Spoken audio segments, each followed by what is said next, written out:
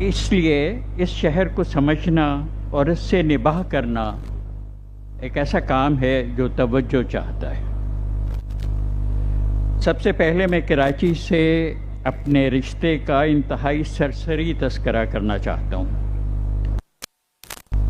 میرے ذہن میں اس دن کی یادوں کی چند جھلکیاں اب تک زندہ ہیں جب مارچ 1948